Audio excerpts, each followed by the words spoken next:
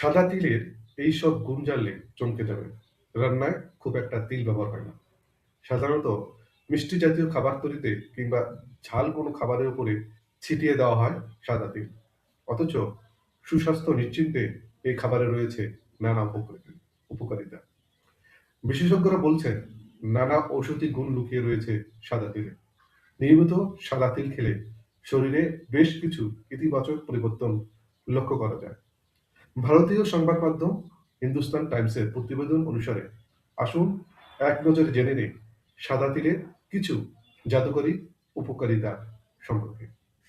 সাদা তিল অ্যান্টি অক্সিডেন্টের বিশাল ভান্ডার, তাই নিয়মিত সাদা তিল খাওয়ার অভ্যাস ত্বকের সুস্বাস্থ্য নিশ্চিত করে। ত্বক উজ্জ্বল করার পাশাপাশি বলিরেখা দূর করে।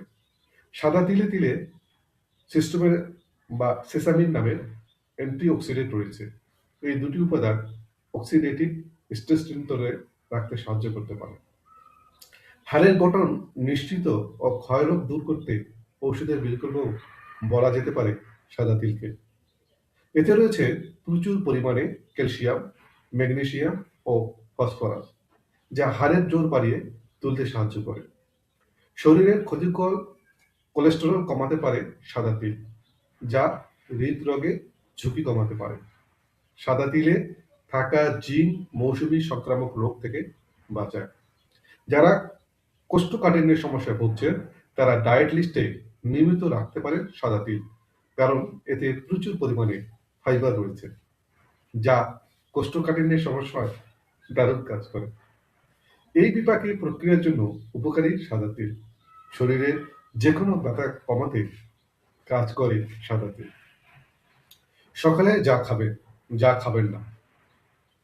সাদা তিলে একাধিক প্রয়োজনীয় ভিটামিন এবং খনিজ রয়েছে, তাই প্রতিদিনের খাবারে এই উপকরণটি ব্যবহার করলে শরীরের ক্যান্সার প্রতিরোধ ক্ষমতা বেড়ে যায়। ডায়াবেটিস নিয়ন্ত্রণেও অত্যন্ত কার্যকরী সাদা তিল।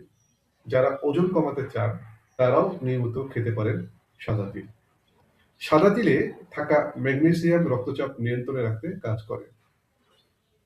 আপেল, বড়ই খেলে কি হয়? যেভাবে খাবেন সাদা তিল, স্কাই প্যানে হালকা ভেজে নিয়ে একটি কাচের বোতলে সংরক্ষণ করুন।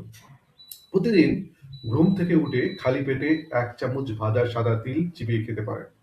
সাদা তিলের নাড়ু প্রতিদিন বিকেলের নাস্তায় একটি করে খেতে পারেন, কিংবা বাদামের সঙ্গে সাদা তিলের পেস্ট তৈরি করতে পারেন। গরম ভাত কিংবা কুসুম গরম দুধের সাথে মিশিয়েও খেতে পারেন সাদা তিল।